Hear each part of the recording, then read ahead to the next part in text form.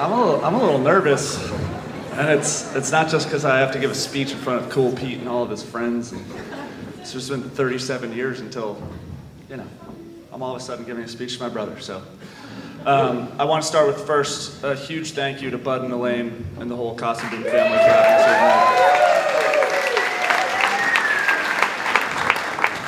tonight. And those words earlier were, as the brother of Pete, hearing them come from his now wife's family was just so special. So thank you. And thank you for gifting us with the new amazing sister-in-law. And thank you, Mom and Dad, for a spectacular night last night. That was so special, and we're so grateful for everything that you've done for us, not just last night, but this whole time. And thank you, Hailey and Pete, for how hard you've worked to make this whole thing happen. And I think Bud summed it up perfectly when Pete was golfing on Thursday and Hailey was stressed. But thank you guys. Thank you for bringing everybody here, and thank you for everybody for being here. It's a reminder of how hearty the friendships that you guys have are, and how special it is just being able to have everybody under one roof right now is. So thank you, everybody. So, Pete, PDB, Pedialyte, Pedro, newly minted Uncle Rabbit. These are all names by which I know my brother now, but for the first 20-ish years of my life, he was just Peter, just straight Peter. And he was my little brother. And now I'm pretty deliberate to say younger brother, because he is not little. And I'm a grown man, and that's a weird thing to say, but he's neither little in stature nor in accomplishment. And so now to me, he's also just Pete. And so Pete, the mayor of any setting you put him into, the guy who everyone knows because the volume of his voice rises above the noise of even the loudest bar in New York. The magnetic charmer who leaves a positive impression on everybody he meets, and the genuinely close pal to somebody sitting in this room tonight. But Pete is a relatively new version of the groom, at least to me. And, for the first 20-ish or so years of my life, he was just Peter. Because until then, he hadn't really done anything, at least to me, that made him Pete. And there's small examples of that. He never gelled his hair in the front such that his future wife would make fun of him in family photographs. He never went on spring break glee club trips with his high school. He never waited in line in costume for the premiere of the third Lord of the Rings movie at midnight.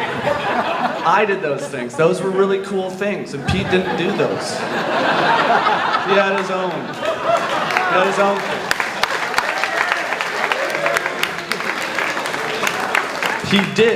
He did wear his bike helmet to summer camp every single day when he was 10 years old. On the boat, in the game room, on the tennis court, everywhere. And he earned the Annisquam-wide nickname Chicken Little. He's the Scottish home.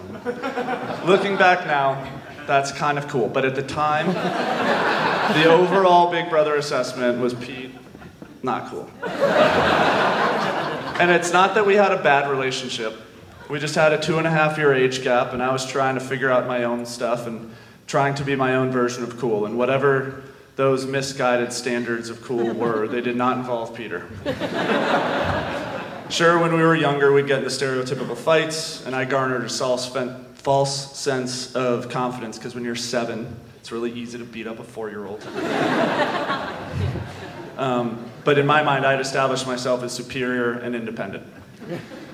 And on road trips, I sat in the back seat on the right, Pete sat on the left, and that was just the way that it was. And we shared our own trundle bed, 200 square foot room in Annisquam. We shared that, but at the end of the day, we were doing our own things. And I do my thing, Peter does his. Not enemies, no resentment, just not deeply invested in each other's pursuits and interests.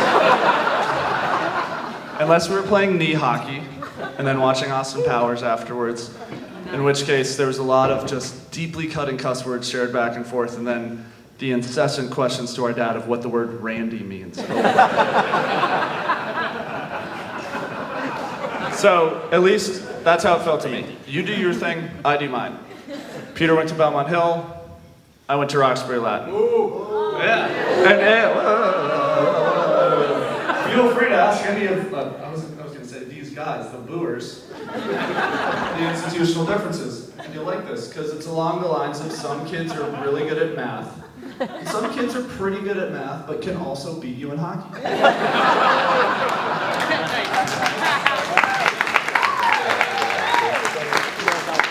I had a girlfriend. Peter told me she sucked, and I didn't really care.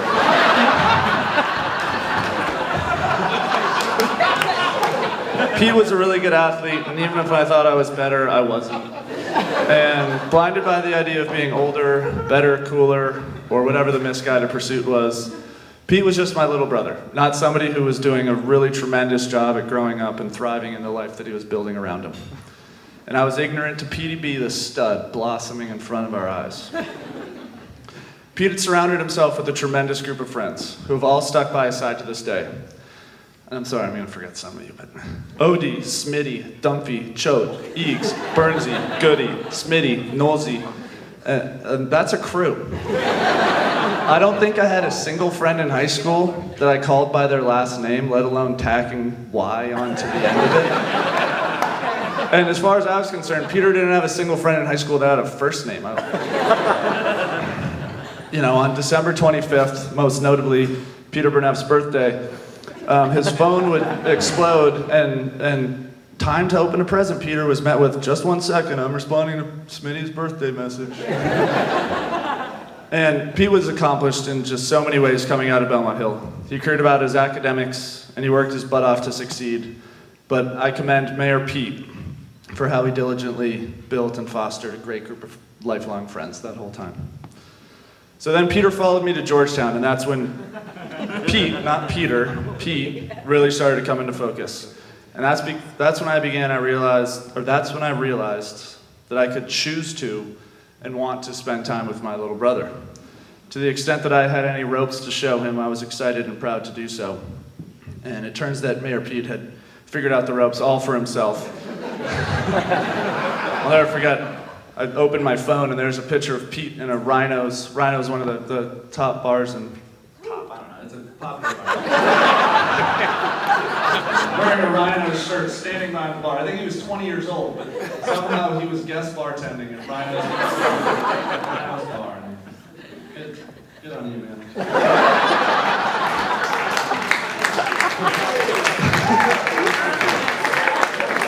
So a shared college environment really provided me with opportunities to feel like we were on the same team when I was taking him under my wing. And likewise, Pete would confide in me things that I never thought possible coming from Peter. And Burneffy doesn't really roll off the tongue, but all of a sudden, we were pals. And so being a new confidant of Pete's, I'm all of a sudden privy to new information, grown-up Pete stuff. And this comes as a shock to my sister-in-laws who share every single of their emotional lives daily over FaceTime. But getting occasional calls from my brother, asking for advice and bearing his hearts in hopes that I might have some guidance for him, just started to mean so much to me. And more often than not, Pete doesn't need any help, but I'm grateful for when I'm the one who calls so that I can offer it. And somewhere along the line, information sharing Pete began telling Sewell and I about the vibrant New York nightlife of April 2020. And if I didn't think Pete was cool, there was no better way to prove me wrong than recapping his experience of the underground COVID lockdown bar scene at 2 a.m. on a Wednesday. And that's where he met Hailey, only to respectfully part ways and let Kismet have them bump into each other on the West Side Highway the next day. And so while I was inclined to wait and see how it all turned out, my wife was all over it. And it turns out that Ren, so my wife Sewell and her sister Ren and Hailey were childhood lac stars together. Yeah.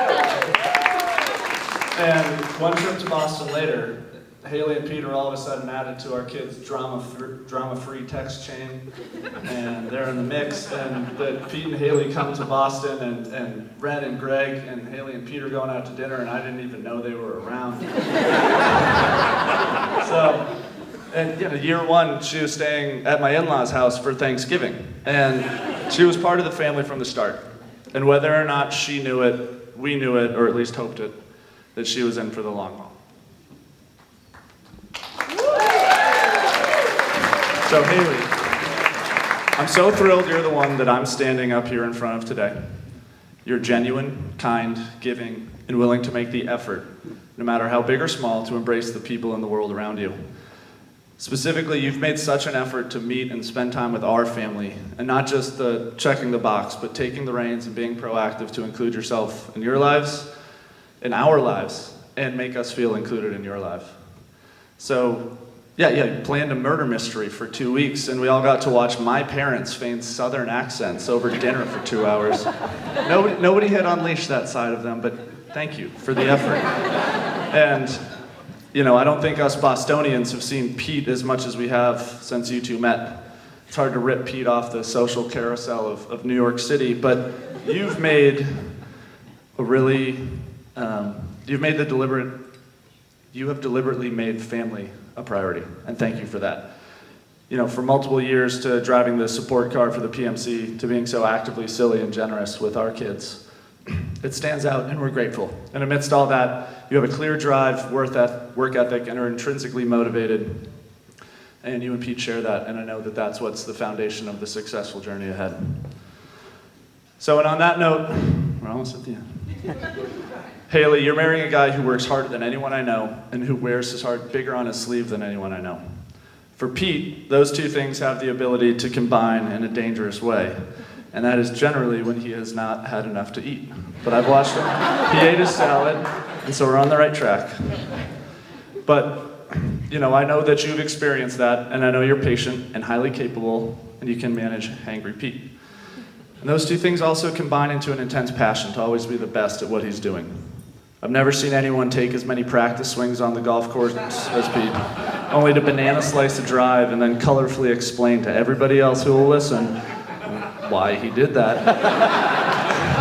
And then adamantly demand another ball, and then maybe a second, and then maybe a third, until he gets it right, because he wants to get it right.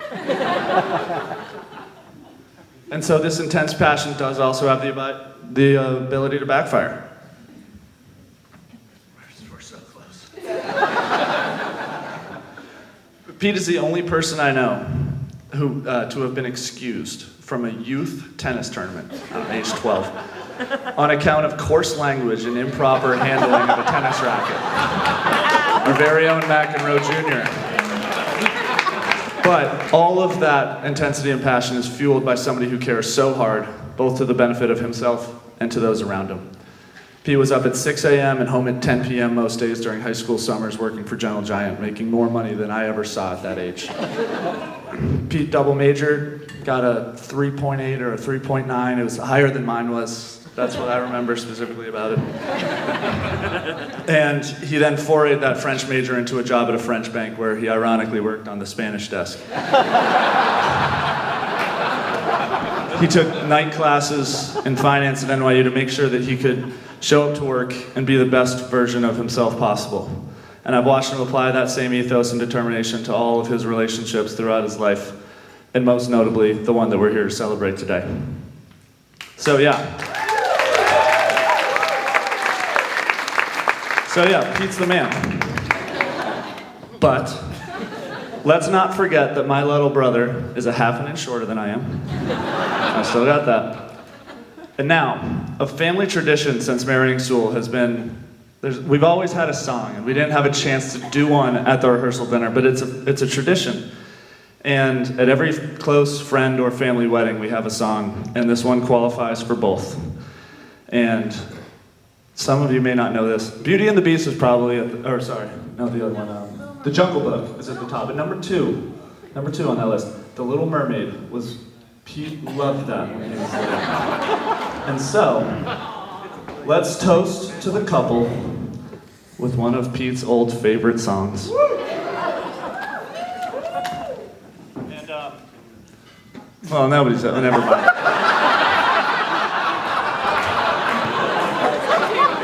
If there's any accompaniment that sort of speaks to you along the way here, feel free to just kind of improvise. I think I'm good a cappella, and don't worry about it. So, The Little Mermaid, that's the movie.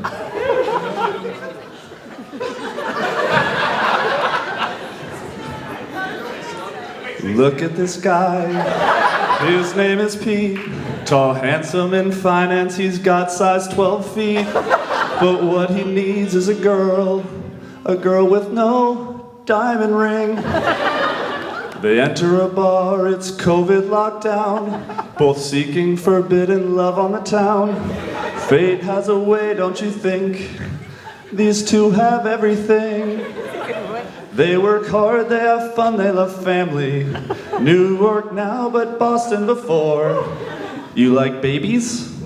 They have none. But who cares? No big deal. That's in store. The happy couple has made it this far. Now let's raise a toast and get to dancing. A gray lady party for, what's their names? Hailey and Pete. Make sure Pete gets fed and we'll all have fun. Surrounded by love, who cares about sun? Wish them the best. Pete and Hailey Burnett, we're part of your world.